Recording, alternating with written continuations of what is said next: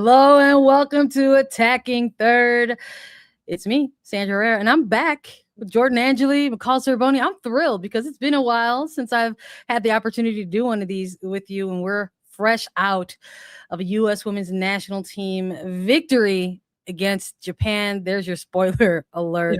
We're going to give you all of our match reactions, and we're going to give you some of our deepest thoughts about the lineups and things that we saw on the pitch tactically today, individual performances on who stood out. And of course, we're going to go ahead and spin it forward. What can we expect in that next match, and what do we want to see from this team moving forward? Thank you all for joining us here on Attacking Third, whether you're with us live on YouTube or watching on Golazo Network. We're just happy that you're here. And let us know that you're here. If you're joining us live, you can go ahead and leave us a few comments and your thoughts and feedback on what you thought of the game. But for now, I want to know Jordan Angeli's and McCall Zerboni's thoughts. McCall, how you doing tonight? I love that sweater. Thank you. I know it's pretty cool, right? It's in honor of the World Cup coming up for the men and obviously the following year for the women. So a sweatshirt full of every nation. So I love it. It's so cool. That sweatshirt I'm is super into it. I know. Props Vendetta over here. Yep. You're gonna have to give me the details. I might be trying to get one of those. How are you, Sandra? Yeah. Hanging in there. You know, I feel like these games were the ones that I was like waiting for. And now that they're here, I'm not any less nervous, honestly. And even with this win, I'm kind of like, okay, that was great to get one out of the way. Because Japan was what you were waiting for? Like these ones competition? Okay. Yeah, a little bit, McCall. You know, I it's been very cool watching this team in the Emma Hayes era. And it's interesting how even in just sort of 18 months to 2 years on the job here, just kind of how much evolution we've seen. And I mean, the circumstances and how she arrived and what they achieved there to everything in 2025. And now this interesting kind of 3-game slate against Japan. Also, just kind of the uniqueness of the window. This program isn't a stranger to playing an opponent 3 times in a window, but I believe 2012 is the last time there was a same opponent 3 times. And so the fact that it feels very Emma Hayes that this window is like calculated in that it's Japan 3 times. It feels like this is exactly the type of test that she wants to give this team, but in a very specific moment in time in the build up to World Cup qualifiers. So maybe let's start there. I mean, when these games got announced, I mean, maybe I don't know if I'm alone in that sentiment. When these games got announced, for me, I was like, okay, this is it. This is going to be like some real, maybe make or break type of stuff here. Yeah, I mean, I think that Japan is a perfect test for us right now because they are so organized and disciplined. And since we've been kind of tinkering with our lineups, tinkering with personnel, we've been a little bit inconsistent with who we've been starting, who we've been playing, a little bit of formation. We haven't streamlined ourselves yet as a country. I think our play has been a little choppy. So to go against a side that is super organized, super has an identity, knows who they are, that was the perfect test for us. And the fact that we still got a dub out of it, I think is massive. It shows the winners we are. But it is testing us in a way. And, we showed some gaps and holes today where we lost control of the game and we were susceptible at moments because we were disorganized or we were not connecting and gelled with each other defensively and in the attack. That's the best part of these games. And that's why we wanted these games is to win big tournaments, you have to be disorganized at times and find a way to come back together. And one of the things I've really was anticipating about this Japan team and playing them multiple times was they can high press you, which they did at the beginning. They can sit in a mid block. They can sit back and be really good and compact and make it hard to break through. So they're giving you pretty much every look that you can have, and you're going to have to figure out a way to solve it. And I thought for each one of those phases, there were times where the United States couldn't figure it out and would give the ball away, and it would be a quick turnover the other direction. But then they started realizing, okay, if there's too much pressure near, let's try to find the second option, not the first one, because they're closing that down with 2 or 3 players at times. So these are the lessons, right, that you have to learn in games like this in order to win games in a year that really matter. So I was excited because of that. This Japan team will give you, with many different looks in different 10-minute periods of the game, you can see very different things from them. I think we saw that a bit tonight, which is why I was so eager for that starting lineup to drop. Because in leading up to this game, Emma Hayes and her availability kind of mapped out a little bit of what she wanted to do with this 3-game slate. She had already mentioned that in their game planning that they have 2 teams rearing to go, that she would likely see a starting lineup twice against Japan, and then another one with rotations in between. Obviously, for tonight's match, they lined up as followed: Claudia Dickey with the first start in net, Trinity Rodman, Naomi Girma, Lindsay Heaps, Sophia Wilson, Rose Lavelle, Sam Coffey, Alyssa Thompson, Giselle Thompson, Emily Fox, and Kennedy Wesley. I think the big one here who we have to take note is it's the return. It's the return of Sophia Wilson coming into this match. Ton of stats, very important to go through for her. This was her first game back for this United States women's national team. Yes, after the birth of her beautiful daughter, Gigi, but really since that gold medal game in 2024. She had 24 goals and 11 assists across 58 caps coming in to this first game. And she went a while. This wasn't some sort of 30-40 minute shift. No. She came out later into the second half and had a couple good looks, and in true baller fashion, body language was very upset that she didn't capitalize on those. Jordan, when you saw this starting lineup drop outside of Wilson, or maybe if you want to continue to talk about Wilson, is there anyone else that you were looking forward to seeing? I was curious, just from what we saw in the past couple of games, with what Emma Hayes was going to do in the middle of midfield, because she has so many good options there. And we had seen in She Believes Cup her not utilize Lindsay Heaps very much. And I think when you think about this team and like what I see Heaps do, I think she doesn't get credit for a lot of the little things she does that help this midfield operate properly and really find space. So I was curious if she was going to be back in there. And I then it was like, what's the combination going to be, right? McCall, like who's going to be the 6? Would it be Coffey, Heaps, and Lavelle? Would it be Johannes a little bit higher? How was that going to look? So to me, it actually didn't surprise me, because this is, to me, the best 3 in the midfield at this moment for Emma Hayes with the combinations that they have together. Which would totally change our look, right? Because if she's dead set on playing Heaps and Claire, well, then we have to play a double pivot. We have to play 2 6s. So then we play a regular formed triangle in the midfield. And then Rose is on her own to be that proper number 10, wiggle around the field and offset the opponent the way that she can do. But then it's like, who drops in for the ball? Who needs to slide a little bit higher?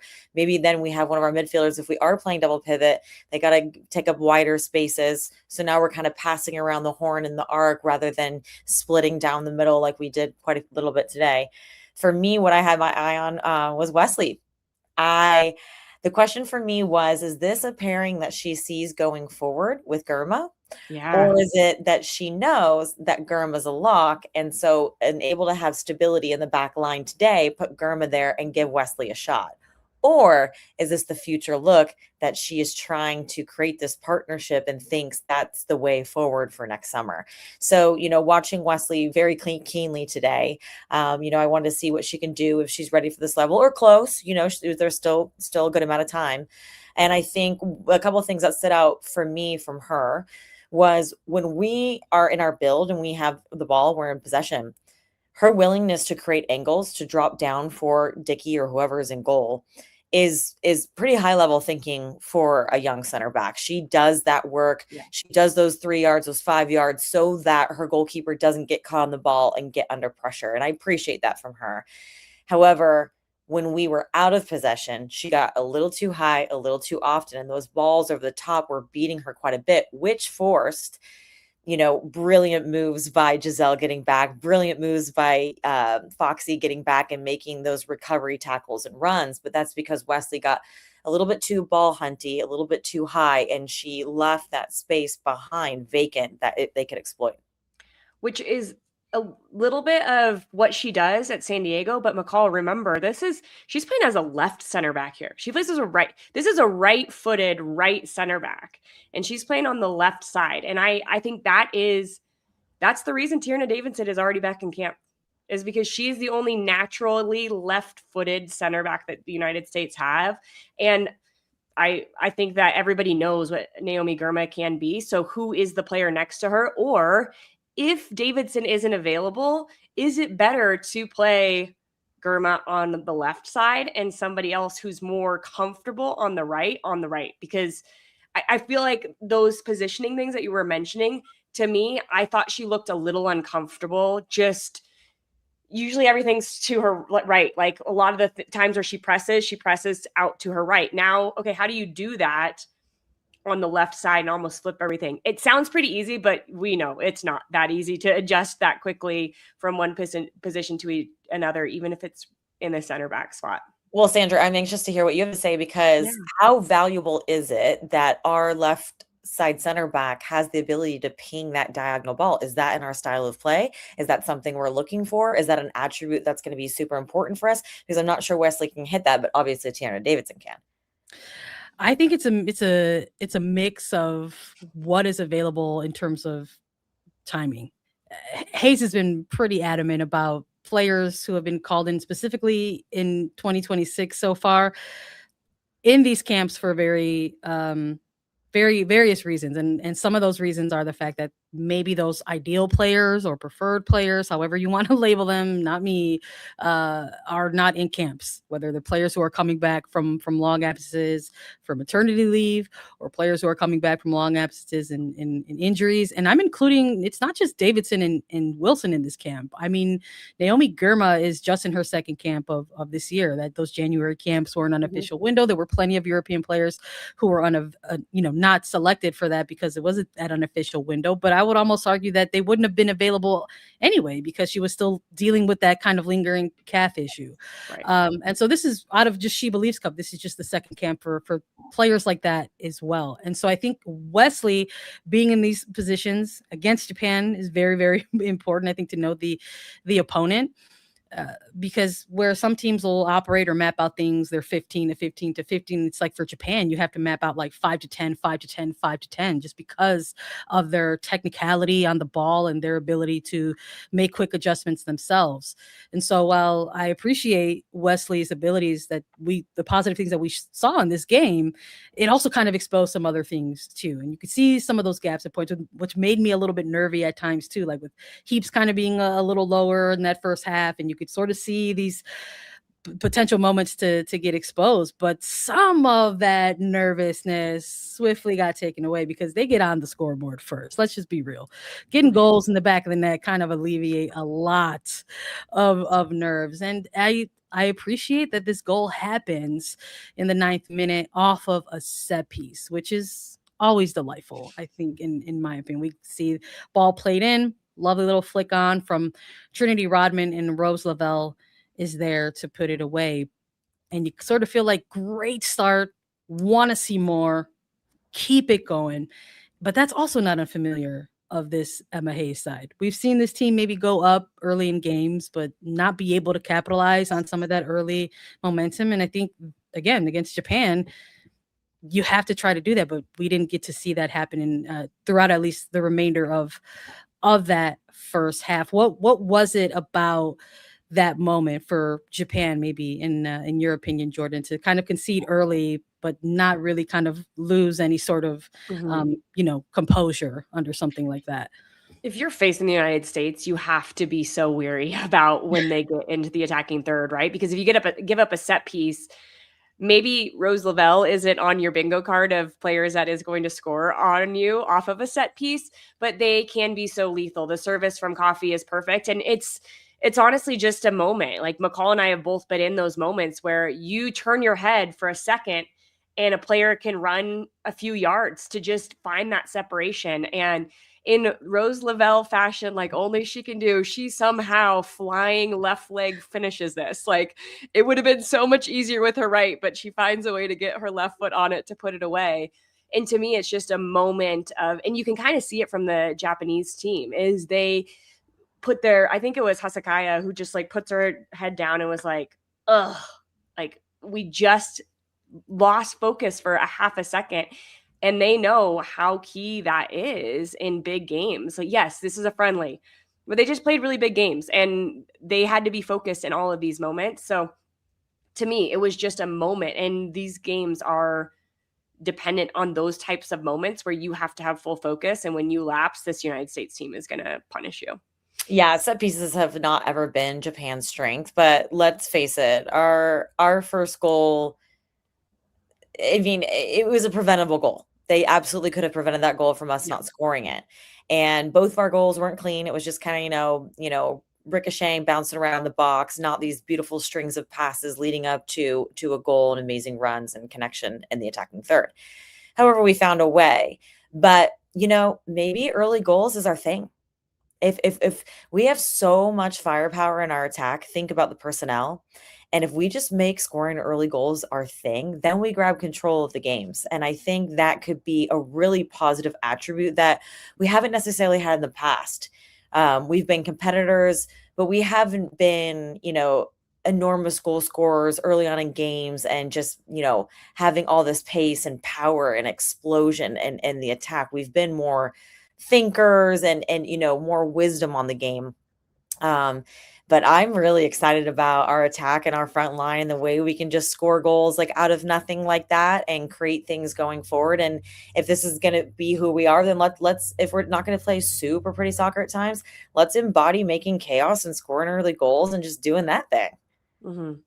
They scored an early goal in that second half too. Maybe let's get into that a little bit. You mentioned it, McCall, 48th minute. We even mentioned Giselle Thompson a little bit earlier when we were chatting. Kennedy Wesley making these really strong recovery runs, dispossessing. We saw some of that on display in today's game, and really doing a lot of the dirty work, all the slicing and dicing, and this ball kind of finds its way to Heaps, but presence of mind is very important. And also, I think one of those deeply underrated skill sets of a player, and presence of mind to just get on that thing and put a foot on it. And Heaps very quickly makes it 2-0 for the United States. Just sort of, maybe since you brought it up earlier, McCall, I'd like to get your breakdown of that goal a little bit too, because I think to start off this game, we look, are there going to be adjustments, right? We see them come out into this second half. None. Emma Hayes wants this team to continue to work and figure it out. But we do see Lindsay Heaps a little bit higher. What was maybe some of your reactions to that? Lindsay Heaps is saying, I'm clinical and I'm here and I'm valuable. And, the last two games, she scored goals that were just finishes. They weren't shots, they were finishes. And if people can understand the thought process where she's like, I know the technique I know how to place it. I know the contact I need to make with the ball. I know how to compose myself when it comes to me. That is just top bin stuff, obviously very experienced things. And that is very, very valuable in world tournaments. She does not get shook. She is unshakable. She has too much experience, too much confidence, and again, just too much. She's very wise. And so that is valuable. I think the question that we're asking ourselves is the load, the demand, the physicality. Is that still there for her? But her technique, her brain, everything is on top for her. And that midfield, we're still about a year out. So we'll see, I think Emma Hayes, if I'm honest, is probably still unsure. So she's trying to see what the most important thing is, especially since we have more leaders in the crew now. We have more people who can wear that captain's band and can charge this team on. We were super young last year. Now we have a lot more experience because she was giving out experience for free. So everybody, has more leadership, under their belt now. That's fair. And I loved that goal because you could tell that there was a quick adjustment at halftime saying, okay, if Japan gets the ball in the channel and they pass backward, we're going man for man and we're high pressing. And the ball was won back. And because they were man for man, it was then a quick release to find Rose Lavalle in that half space at the top of the box, Sandra. And that's where there were already so many players high because they were in this. It was like they read the cue, they pressed together. And that not only allowed the forward and Rose Lavalle and Alyssa Thompson to be high up on the field, but Lindsay, and even, I can't remember who was behind Lindsay, but there was another player on the far side who was high as well. It was probably Giselle Thompson because that girl can be everywhere. Anywhere in a flash. I'm like, wow, to be fast. How nice is that? But that allowed Lindsay Heaps to be in that pocket and then Rose Lavalle not to have I think she gets the shot initially and then it gets passed to Lindsay, but because of the way that they pressed, and that was different than how they had pressed in moments in the first half, those are the type of adjustments that you have to say, oh, I'm going to key in on that. Like the US noticed that this was a susceptible area and they went and punished Japan early. And I liked what McCall said. This team historically has been ruthless in moments. And if they can get the lead, they've been hard to beat. If they can find the way to get the early goal in the first half, early goal in the second half. I don't know if anybody beats the United States if they get a goal at the beginning of both halves. Right. You're just setting the tone. And I really liked that from them, especially with that little twist in the way that they pressed. We have to know maybe the substitution windows here in yes, United States, but in particular for Japan, because their substitutions really seem to sort of shake some things up for their team, and they end up getting a goal. They still won back, but to your point, Jordan, if you're gonna find yourself chasing a team, it's a really tough day if you're chasing that United States women's national team, and on good on them for getting one back, but I do kind of wonder if there was ever a moment where it felt like that game was truly getting away from the U.S. women's national team. For Japan, that they felt Japan. Yeah. I think the thing that I've always really appreciated about Japan is they never look like they're freaking out. It's always so composed and controlled. And even at the end of the game, they nearly get a couple of really good shots on target. I think they end the game. I have the stats up here somewhere, in the game with more shots on target than the United States did. 10 to 9. 6 to 3. Yeah. Would you have 10 to 9 shots? Total shots, just total shots. Yeah. So I think they still did a really good job of finding opportunities to be in the right spot. It just wasn't, McCall said it wasn't clinical. And they can be clinical, and they have 2 more chances to do that. I think traditionally, as a culture and a country, Japan is very calm, composed, technical. Their one-touch game is brilliant, and we've seen them beat us in the past off of it and take a World Cup from us. They have not changed.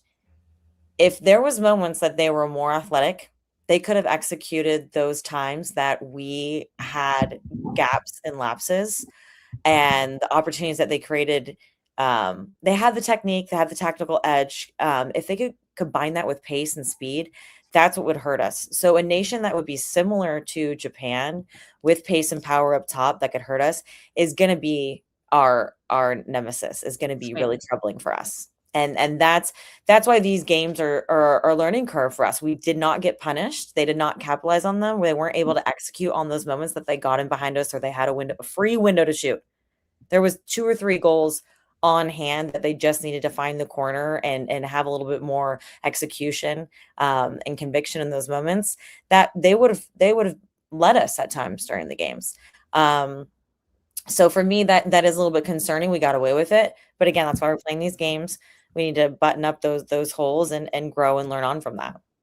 Well, we'll see. We're going to talk about what we want to see from this team moving forward in those next 2 games. And we're going to maybe shout out some players that we liked their individual performances in this match. Stick with us right after a quick break.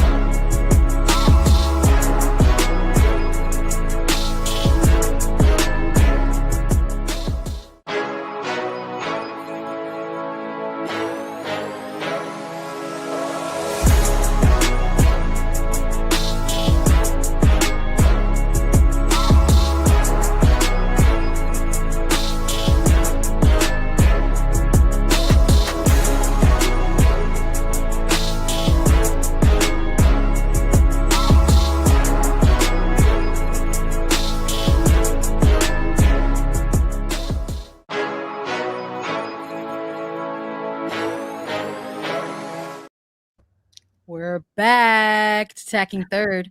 Sandra Herrera, Jordan Angeli, McCall, Zerboni chatting all things United States women's national team victory over Japan. 2-1 win to start this 3-game slate for Emma Hayes and the roster. Now it's time to chat about some individual performances. We wanted to talk about game one, some of the things we saw, some of the things that we liked, in my opinion, some of the things that maybe made me nervous. Of course, I'm a worrier sometimes, but winning helps, I'm not going to lie. And it was nice to see some players kind of leave their mark on this game a little bit because it is an important year. And while that World Cup is in 2027, the qualifiers are at the end of this year, 2026. So there is a big roster for these players that they want to find themselves on at the end of the year. And I think with this particular window, we're seeing that narrowing of the player pool that Emma Hayes said that she would do at a certain point in this year. And so I think for this game, I think maybe there was some of that pressure, or maybe some of those expectations or personal goals for these players as they found themselves with the responsibility of cracking a starting 11.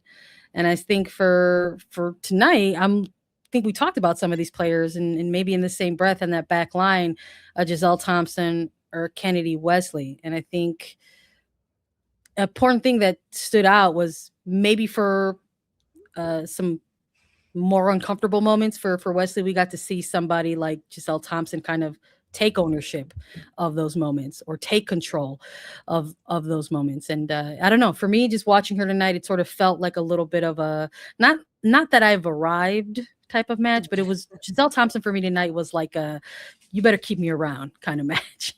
Yeah. I appreciated it from her tonight. Yeah, my favorite moment from her was there was a ball serve in the midfield that could have gone over the top, and she rose above to win that header over an attacker. And that determination to have an aerial presence as well, especially when your natural stature, speaking from experience, I'm not that big of a player either. You have to really get your timing and your focus right to rise above and win that header and eliminate that dangerous moment. Because if that goes over the top, then they're in behind. And again, that focus, that locked in ability. And she's saying, I need to be that hard-nosed defender that has a physical presence along with my pace, my ability to get forward, and all those other important things that we've seen her do for a long time. So I see her hunger. I see her hunger to want to be a part of this team and be a member of the World Cup next year. And I love that. I love that passion for our country. Jordan, who impressed you tonight? What'd you say? So who impressed you tonight? I thought both outside backs were great. And just to stick on Giselle for one more second, is Emma's asking a lot of her, like a lot. There's times where she's playing in the midfield almost as a second 10 at times. There's times where she needs to be wide. Her and Alyssa, I feel like at times they have the same brain, so they're thinking the same things and they can go off of each other so easily. But I think some of the reasons why Wesley got pulled out at times was because they're asking so much of Giselle. But with a lot asked, I think they understand that she can take on that responsibility and they're okay with her making mistakes. One of the things I really liked about this and having Giselle out there is you have the ability to say, okay, go inside at times or go high at times, but she has the capability to track back and win the ball in a 40, 50 yard sprint because of her pace and her recovery. So you can ask a lot of her and she can still get back and recover. It gives me a little Crystal Dunn, to be honest. Okay. I get a little Crystal Dunn in the way that she plays left back. And so I think it's only up from here with Thompson. And I'm not going to speak too much on Fox because McCall, I know you are like really impressed with Foxy's performance as well. But the thing that I love when I watch Emily Fox play is the way she invites pressure to herself. Is as the ball's building out and Japan started pressing, she would recognize the press coming at her and her first touch would be backwards. And she'd go back towards her own goal just to separate a little bit, because once she found that separation from the defender, then she could play, which often wasn't on, especially in the first half, that incising ball to either Coffee or Heaps. But more than that, she could pay it back to her left foot and then play up to Lavelle, up to Wilson. I almost said the other word. Yeah. Up to Wilson. And I love that she has the game has slowed down so much for her that she's been able to even create space when under pressure. Like those were the moments where I was like, Foxy, you just keep getting better.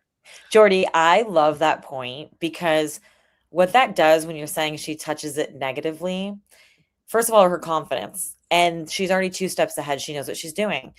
What she's doing is she's drawing that attacker who's trying to press her towards her. So then it gives who she's passing to, her teammate, more time on the ball. I love selfless players like that, where they're actually inviting pressure so that when they make that pass, when they break that line to the player they're passing to, they have more time to not double team and do whatever the heck they want with it. Yeah. That, if you have a team of players like that, and that's like evolution stuff that people sometimes don't notice, but it just makes that little extra edge for everyone else around you to succeed. Oh, she was so good today. You know how they've got like, there's XG, right, for like expected goals or like XA or whatever for assists. It's like Emily Fox is like, where's the like XIQ? Like, where's that? It's off the it's off the charts, dude. Come on, somebody calculate her little brain moving. Yeah, it's off the charts, honestly. I'm just over here nodding, like listening to the two of you chat about it, and the numbers show it too. Like leading this back line in recoveries, leading the entire team, actually, not just the back line, but in 8. It led the entire team in total touches, 105. So it's just like the numbers also just back up what we're seeing, and it's like strange because it's like you kind of have to go back and look at those because that's the type of player she is. Like maybe you're not saying, like the broadcasters maybe aren't saying her name a whole ton, but you're like watching it happen in front of you, and then you go back and you look and you're just like, oh yeah, that checks out. Like over 100 touches and leading the entire team. I would almost venture to that there's a case there, there's an argument there for player of the match there, but it's also maybe hard to ignore the player that gets an assist and a goal in this game. Rose Lavalle, the 2025 U.S. Soccer Female Player of the Year, coming in here and having herself a game as well. Playing the whole game too. Well, I was just going to say, what'd you like to see from Lavalle? A rare sight. We just want a healthy Rose. We want her to complete a whole game. She sprinted at the goalkeeper at the end. I was like, please don't do that. We need those hamstrings. There's no medal or trophy involved. Just we do not need the hamstring to go on a not right now. Pressure to the goalkeeper. Yeah, I think because of how comfortable she is with those players behind her, and it often changed, right? Sometimes they were building with 2 in Coffee and Heaps being a little bit lower, and then at times Heaps went higher, and that allowed Rose to float around. And McCall said it earlier, like the best Rose is a Rose that can just honestly do what she wants, do whatever she wants. Yeah. Honestly. So that's when you start to see those little final runs in the box that break through an outside back and a center back. And she splits that little seam and she gets the final pass or whatever it may be. Those are the spaces you want her to be in. But because the midfield was, I think, asking different things from Japan. Okay, now you're going to have to come press both of us when we're in a double pivot. Now you're going to have to adjust when we're high. They were in control of the midfield, and I think that allowed Rose to feel more comfortable floating. And I think that's why our best formation as a country with Rose on the field is a regular triangle, 2 pivots, 2 number 6s, because it allows that whole seam 2 that Rose can just run in by herself because our 2 6s are naturally drawing pressure lower, and then it gives her a lot of space more in that underbelly pocket to just attack and be free. Mm-hmm. There's a part of me where I'm just kind of like, when it comes to Rose Lavalle, and I think even far back to the Olympics, when I see a lineup like this drop with Heaps and in Coffee and Lavalle, and you just sort of think, okay, like this is quite possibly the ideal for Hayes and the coaching staff. But then like you see it in a game, like in a team like Japan or against Japan, and you're just kind of like, how does Rose Lavalle make it look easy against the team like Japan? And I think for me, that's what's so impressive about this player and in her age at this time in her career, because those are the players that you're pointing at and you're looking at. You're like, oh, like when they're talking about these rosters dropping, it's like, oh, like who's the leadership on here, and like who are you pointing to? And like Emma Hayes is constantly rolling out the same 3 to 5 names, and it's always including Lavelle and Heaps and Sonnet and Girma in some capacity.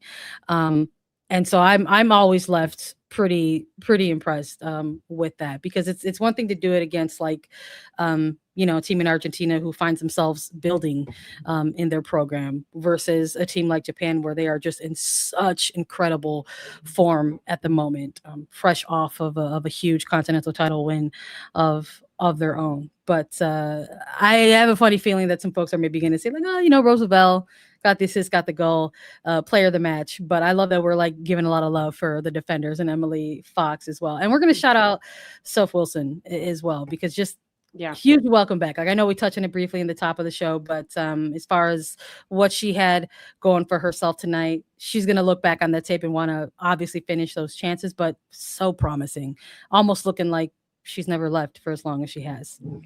Yeah, she looked fit, active. At moments, she was the only one checking back for the ball, asking for it early in the match. Like, she's about her business. She's happy to be playing again. You can see the joy and excitement in her. She has that explosion, that quickness back.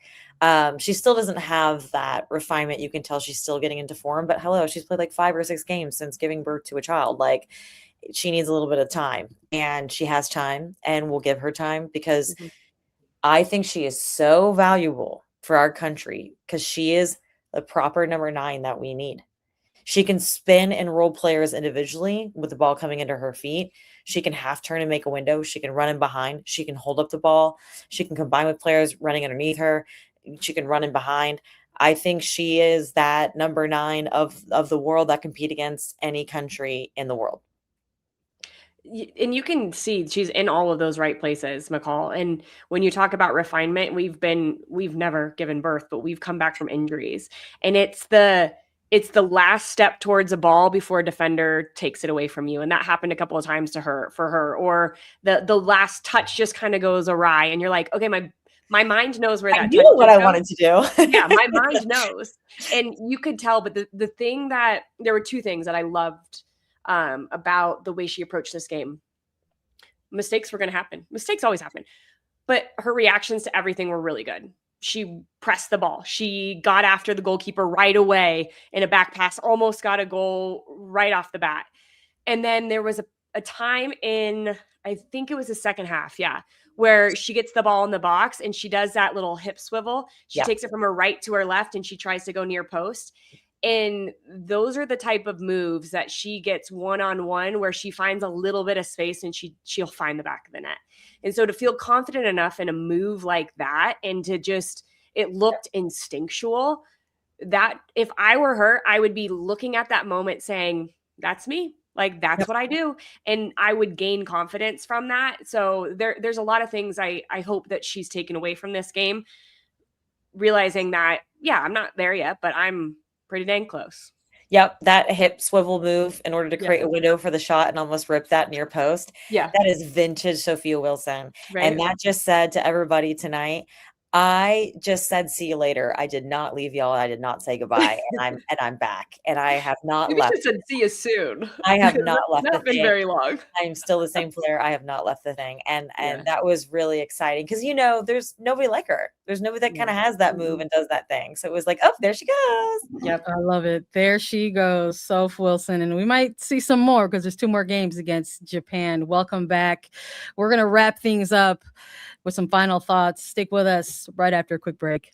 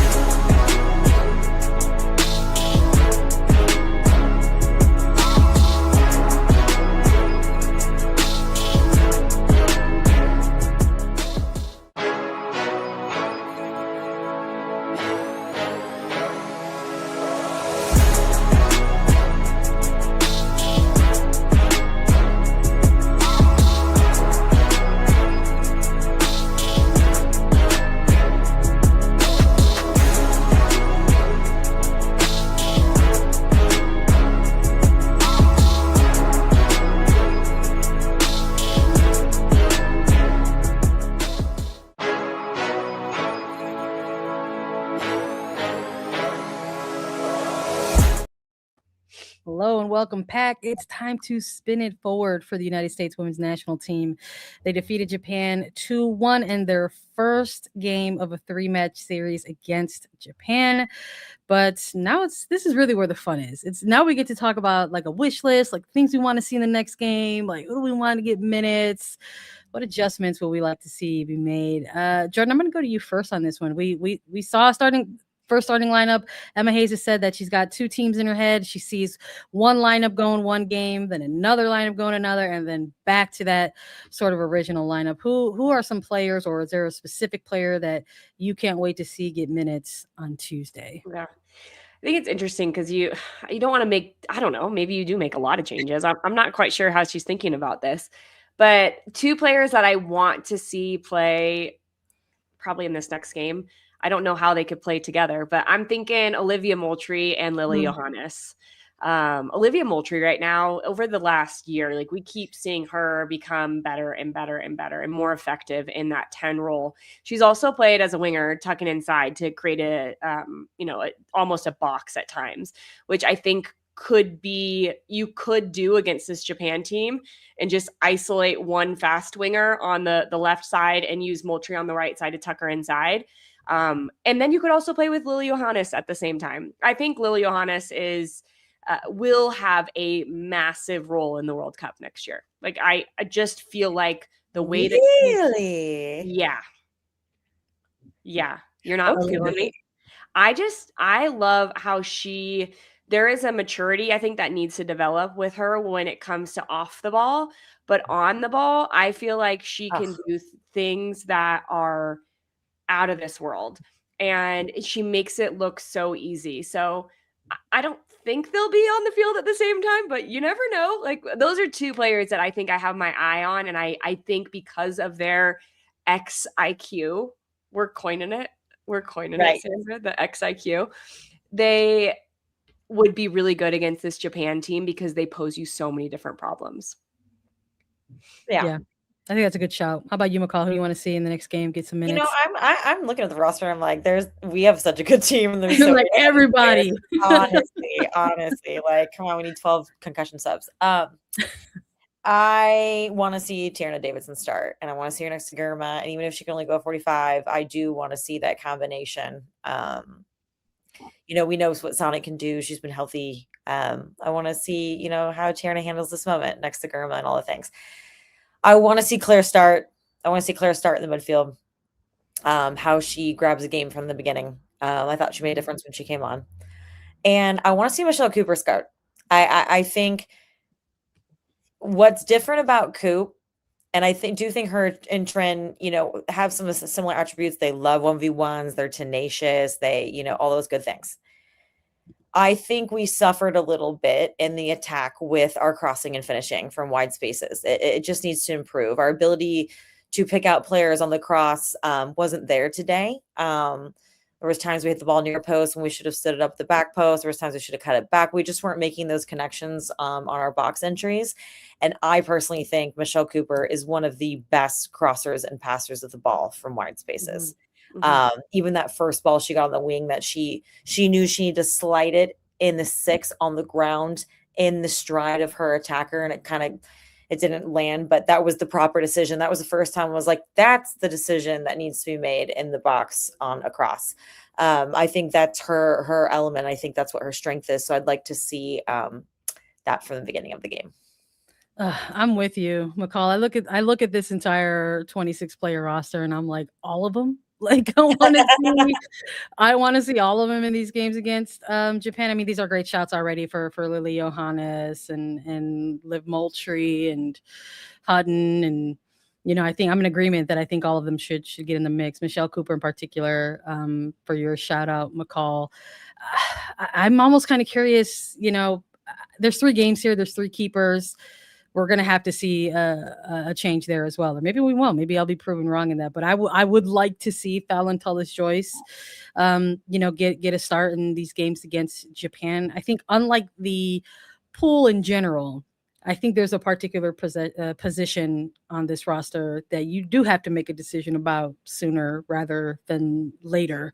And while we have all enjoyed, seeing everybody get that experience, so many players getting their first caps and first debuts, and now we are starting to see a little bit of a narrowing of this pool. I would counter argue that there is a position that needs to maybe get a little bit more narrow than some other roles on the pitch. And I think that's the goalkeeping position. So there's 3 games here. We saw Claudia Dickey tonight. Thought she handled herself pretty well. I would like to continue to see Fallon Tullis-Joyce as well, just to make sure that we are kind of ironing things there in terms of that goalkeeper position. So hopefully we get to see her. And I'm with you on Davidson as well. I can't help but feel like a throwback to those Olympic Games. And we got to see that then, McCall, like watching Girma and Davidson play alongside through those Olympics, even with the 2-ish games that Tierna had to take off for the knee contusion.